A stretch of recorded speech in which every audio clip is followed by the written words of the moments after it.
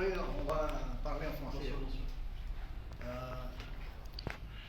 Satria vita tselako tamin'ity ranty ny fivoriben'ny Sadeka na sommet Sadeka vita tamin'ny lahady. Dia efa nisy zavatra naseho hoe tena fa izy zany zao no amin'ny toeran'ny chairperson. Dia fatao tsara principe ao anatin'ny Sadeka. Sadeka zany dia firenena 40 no miaraka ao, ary misy principe tsy maintsy arahana dia ny fampitondrana. Ny natonga ny Madagasikara nandray azy dia tory Madagasikara hoe ao no andray ny fivoriben'ny Sadeka, ary zay mpitondra Madagasikara no chairperson. Samy hafa ny hoe président Sadeka, sisy président Sadeka fa chairperson fitazana azy. Napilitra ny Madagasikara tao anatin'ny Sadeka niaraka amin'ny Thabo-Mbeki, Kikwete, ary président ny Sud-Afrique. Ny hevitra dia hoe mba tena hisiny ilay firaisana amin'ny ara économique sy ara politique ary indrindra ara sosialy. Isika eto Madagasikara dia manana quota. Ohatra hoe ny ara sosialy resahako ny ankizy hianatra. Ny ankizy hianatra anatin'ny faritry Sadeka dia manana olona isika, manana mpianatra amanjatony afaka mianatra makany dia mibénéficie na mahatonony amin'ny décollage na saram-pianarana. Ohatra Zimbabwe toy izany koa. Dia vao tonga nefa ny amaly satria dia nisy an'ireo le membre Sadeka, olona membre Sadeka tafaresaka taminay hoe Madagasikara dia tsy natromposo mba mijanona mijery an'izay fa zay ny resahana. Le cotisation mbola misy voaloha. Ny zavatra tiana resahana amin'ireo zany dia hoe isika zany zao manomboka izao dia tena tokony hanaraka tsara an'ireo fenitry ny Sadeka na le hoe protocole ny Sadeka. Dia anatin'ny protocole ny Sadeka misy zavatra maromaro ny fanajana ny zon'olombelona sy ireo zo fototra maha olona ny olona, ny fanajana ny demokrasia sy ny tany-tan-dalàna, ny fanajana ny fahafahana manao gazety na ny liberté de presse, ny fanajana ny fahafahana miteny sy mivory ankalalahana, ny fanajana ny fisian'ny fanoherana sy ireo zon'ny mpanohitra, ary indrindra ny fanaovana fifidianana midio mangarahara malalaka sy andraisan'ny rehetra anjara. Zay zany principe zay, tsisy ary diabo mihitsy zay. Dia zay mahatonga anay eto zao aloha hoe ny fanajana ny zon'ny mpanohitra sy ireo fahalalahana, fahafahana manao gazety en liberté d'express, zay mahatonga anareo tokoa. Dia misataka an'izy zay zao ka mitodika manokana ny chairperson ny Sadeka zay eto Madagasikara. Ny chairperson ny Sadeka zany tokony modely ampiseho amin'ireo firenena hafa ary anoratra makany amin'izy ireo zay zay ny zavatra ny fanarahana imalika. Satria nisy ny teny mihitsy hoe avelan'ny ministeran'ny affaires étrangères hoe agenona koa zany enonay daholo reo mandefa olona nakaty aminay reo ary niresaka taminay reo hoe zao mba ataovy mifangatahana.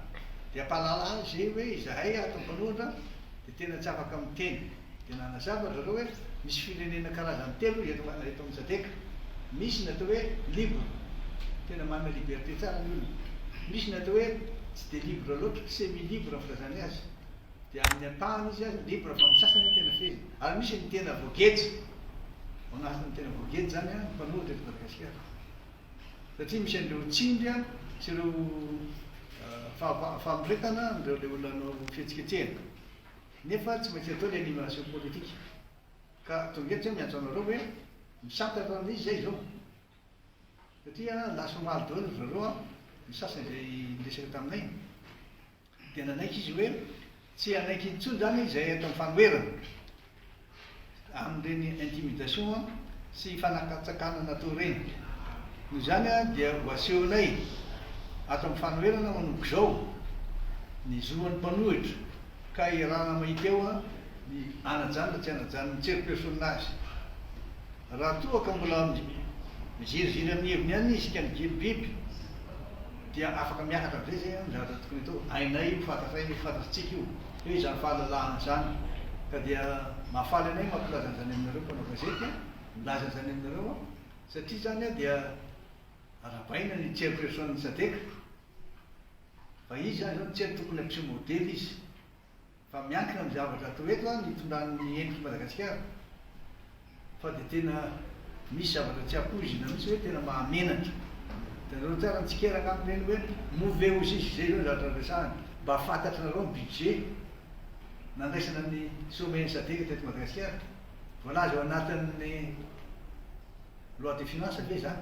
olona avy any ivelany manontany tsika zany fa raha ny tena izy tokony fantatry ny voaka malagasy ary tokony eo anatin'ny budget izy a dia mba mahalalana zay le hoe mangarahara ho azavaina aminareo amin'ny teny frantsay izy a dia hitanareo tsara koa ny resahany azy. Fahitana ny asa fanaovana gazety zany a ny mpanao gazety dia manana ny asany ao anatina firenena anankiray a satria sady mpitrandraka vaovao ny mpanao gazety a ny mpanabe vahoaka nefa ankehitriny dia hitantsika fa voasosy a zany asana fanaovana gazety zany. Ny mpanao gazety efa manana ny maizy azo a araka ny voavozako teo ary mahonena amin'izy mahotsafoa dia ny mpitondram-bola eto amin'ny firenena mihitsy no manao tsinitsinina manitsakitsaka n'izany hoe asan'ny fanaovana gazety zany. Tsisy misy zany fahafahana na demokrasia na ny mpanao gazety a no tapenam-bava zany amin'izay vaovao a zay atao dia menatra lasa henatra be ho an'ny Madagasikara ho an'ny firenentsika zao amin'izao na ny mpanao gazety any ivelany zay eto a na ny mpanao gazety malagasy dia ampitahorina